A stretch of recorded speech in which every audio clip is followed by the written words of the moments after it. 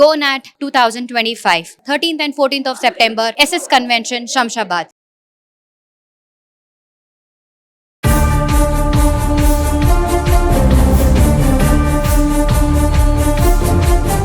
నమస్తే, welcome back to Suman TV. Present మనతో పాటు ఉన్నారు ఎనలిస్ట్ మందర్ కృష్ణారెడ్డి గారు. నమస్తే సార్. నమస్తే అమ్మా. సార్, ఇక్కడ ఆస్ట్రేలియాలో మల్లెపూలు తెచ్చుకోవడమే చాలా తప్పంట. మరి మలయాళ నటి నవ్య నాయర్కి ఎదురైనటువంటి చేదు అనుభవం 1,14,000 జరిమానా మల్లెపూలు తీసుకొచ్చినందుకు. Bio security చట్టాలంట. ఒక్కసారి వాటి గురించి మాట్లాడుకుంటే అసలు ఎందుకు మల్లెపూలు తీసుకెళ్తేనే ఇంత జరిమానా వేశారంటే అక్కడ ఉన్నటువంటి బయో వర్సిటీ చట్టాలంటే ఏంటి సార్? అసలు 3 మల్లెపూలకి 1,14,000 రూపాయలు అనేది కొత్తగా వింటున్న విషయం ఇది. కానీ ఆస్ట్రేలియాలో మాత్రం ఇమిగ్రేషన్ చట్టాలు చాలా భయంకరంగా ఉంటాయి. ఇతర దేశాల నుంచి వచ్చేటువంటి వ్యక్తుల యొక్క ఆరోగ్య పరిస్థితి, ఇతర దేశాల నుంచి తెచ్చేటువంటి వస్తువులకు సంబంధించింది ఏమాత్రం హానికరంగా ఉన్నా, ఆ దేశంలో ఏదైనా ఇవాటికి ఇబ్బంది పెట్టేదైనా, ఫ్యూచర్లో ఇబ్బంది కలిగించేదైనా అలాంటి వస్తువులన్నింటినీ కూడా వాళ్ళు పూర్తిగా బ్యాన్ చేశారు. అంటే ఇతర దేశాల నుంచి వాటిని తీసుకురావడానికి వీల్లేదు.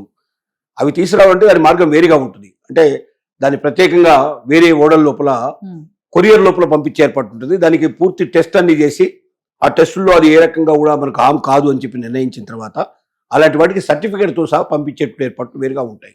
కానీ వాళ్ళు చెప్పేది అంటే పూలు కానీ చెట్లు కానీ పర్యావరణానికి సంబంధించినవి అయితే ఉంటాయో వీటికి సంబంధించినటువంటి కొన్ని శిలోజాలు అంటారు. అంటే వాటిని పుట్టించడానికి కావాల్సినటువంటి వాటి బీజాలకు సంబంధించినవి, విత్తనాలు లాంటివి, ఇట్లాంటివన్నీ కూడా ఇవన్నీ కూడా ఫ్లైట్లో ఎవరు కూడా తీసుకురాకూడదు. దానికి చెక్ లేకుండా తీసుకురావడానికి అసలు ముందు సర్టిఫికేట్ ఉన్నా కూడా తీసుకురావడానికి వీల్లేదు. అది కొరియర్లో మాత్రమే పంపించాలి. దానికి వేరే ప్రాసెస్ సిస్టంలో రావాలి. ఇది వచ్చినట్టయితే మా దేశంలో ఉండేటువంటి చెట్లకి, మా దేశంలో ఉండే పువ్వులకి వీటికి సంబంధించిన జబ్బులు అంటుకునే అవకాశం ఉంటుంది.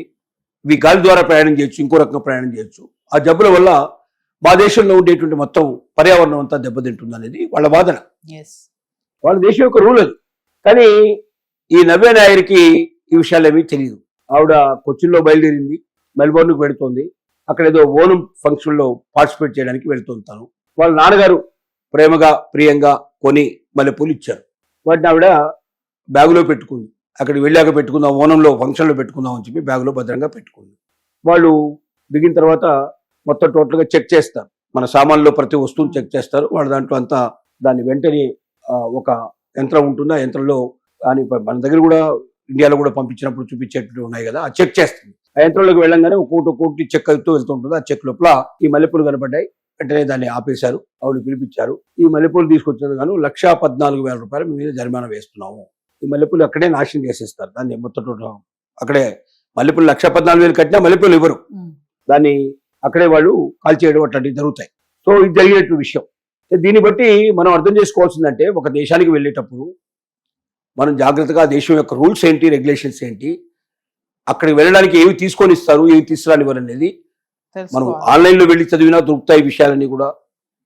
లేదా అక్కడ ఉన్నట్టు వాస్తవంగా జరగాల్సింది ఏంటంటే ఆ క్రూ ఎవరైతే ఉంటారో, అంటే ఆ విమానాల్లో ఎవరైతే పనిచేస్తున్నారో వాళ్ళకి ఈ విషయం తెలిసి ఉండాలి కంపల్సరీగా. వాళ్ళు చెక్ చేసేటప్పుడే దీంట్లో ఏమున్నాయని చెక్ చేయాలి. కాకపోతే ఏంటంటే హ్యాండ్ బ్యాగేజ్ని జనరల్గా చెక్ చేయరు. మిగతా బ్యాగేజ్ చెక్ చేస్తారు కానీ హ్యాండ్ బ్యాగేజ్ చెక్ చేయరు. కానీ హ్యాండ్ బ్యాగేజ్ని కూడా మనం వెళ్ళేటప్పుడు యంత్రంలో పెట్టి చెక్ చేసినాకనే బయటికి వెళ్తుంది. అందులో అయినా మరి ఇలాంటివి ఉన్నప్పుడు ఎవరైతే వెళ్తున్నారో అలాంటివి పట్టుకునే ఏర్పాటు కూడా వ్యవస్థ కూడా మన దేశంలో చేయాలి. ఎందుకంటే అమాయకంగా 1,14,000 కట్టాల్సి వచ్చింది.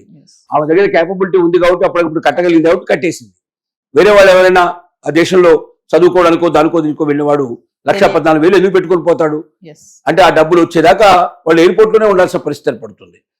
ఇలాంటి సిచ్యువేషన్ వస్తుంది. కాబట్టి అక్కడ ఉన్నట్టు ఎయిర్పోర్ట్ క్రూ కూడా, ఆ విమానానికి సంబంధించిన సిబ్బంది కూడా దీని గురించి పూర్తిగా తెలిసి ఉండి వాళ్ళకి అనౌన్స్మెంట్ చేసి చెప్పాలి.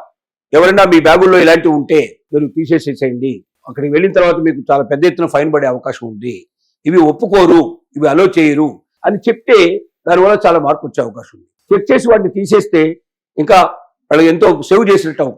ఈ విధానాలు కూడా మన దగ్గర ఉండాలి. ఇవి మన దగ్గర లేకపోవడం వల్ల ఇంత పెద్ద ప్రమాదం ముంచుకొచ్చే పరిస్థితి ఏర్పడింది. తను కాబట్టి తన దగ్గర కెపాసిటీ ఉంది కాబట్టి అప్పటికప్పుడు కట్టేసింది. కానీ భవిష్యత్తులో ఎవరు కూడా బాధపడకుండా, ఒకటి ఏ దేశానికి వెళ్ళినా మనం ముందు ఆ దేశంలోకి ఏది అలో చేస్తారో విమానంలో ఏది అలో చేయరో మనం తెలుసుకోవాలి. రెండోది అక్కడున్న స్టాఫ్ను కూడా మనం అడగాలి. ఒకడు వాడికి మన దగ్గర ముందు తెలియపోయినా స్టాఫ్ దగ్గరికి వెళ్ళిన తర్వాత ఆ విమానం క్రూను కూడా ఏవి అలో చేస్తారు, ఇవి అలో చేస్తారా, ఇవి మేము తీసుకెళ్తున్నాం బ్యాగ్ లో, హ్యాండ్ బ్యాగ్ లో అలో చేస్తారని అడిగితే వాళ్ళు కూడా చెప్తారు. దాన్ని బట్టి మనం అడగకుండానే వాళ్ళు చెప్పాల్సిన బాధ్యత వాళ్ళకు కూడా ఉంది. ఈ జాగ్రత్తలు మన ఇండియాలో తీసుకుంటే తప్పనిసరిగా భవిష్యత్తులో ఇలాంటి ప్రమాదాలు రాకుండా జాగ్రత్త పడే అవకాశం ఉంటుంది. అంటే సార్ దేశాలకి ఇలాంటి భయాలు కూడా ఉంటాయి కదా సార్. ఇప్పుడు చూడండి, మల్లెపూల వల్ల అక్కడ ఏమన్నా మళ్ళీ ఇన్ఫెక్షన్ రావచ్చు అన్న అట్లా అంత ఆలోచించారు అంటే ఇవి కూడా ఉంటాయి కదా సార్ నిజంగానే. ప్రతి దేశానికి డిఫరెంట్ గా ఉంటాయి ఇవి. కొన్ని దేశాల లోపల మనం నాన్ వెజిటేరియన్ ఐటమ్స్ తీసుకెళ్ళడానికి అలో చేయరు. ఇప్పుడు యూఎస్ కి పికిల్స్ తీసుకుపోవడానికి అవకాశం కల్పించట్లేదు. పికిల్స్ కూడా బంద్ చేస్తున్నారు. మీరు పికిల్స్ దీంట్లో తీసుకురావడానికి వీల్లేదు, ట్యాక్స్ పే చేసి దాన్ని సపరేట్ గా తీసుకోండి, అది కరెక్టో కాదు కూడా చెక్ చేసే యంత్రాల్లో చూసి చెక్ చేసిన తర్వాత తీసుకురండి, మా దేశంలోకి ఏ రకమైన రోగాలు మేము ఒప్పుకోము అనే పరిస్థితి. కాబట్టి ప్రతి దేశానికి కొన్ని వాళ్ళకి సంబంధించినటువంటి వాళ్ళు కొన్ని జీవోలు ఉంటాయి, కొన్ని దాని ప్రకారం వాళ్ళు చెప్పేటువంటి నిబంధనలు ఉంటాయి.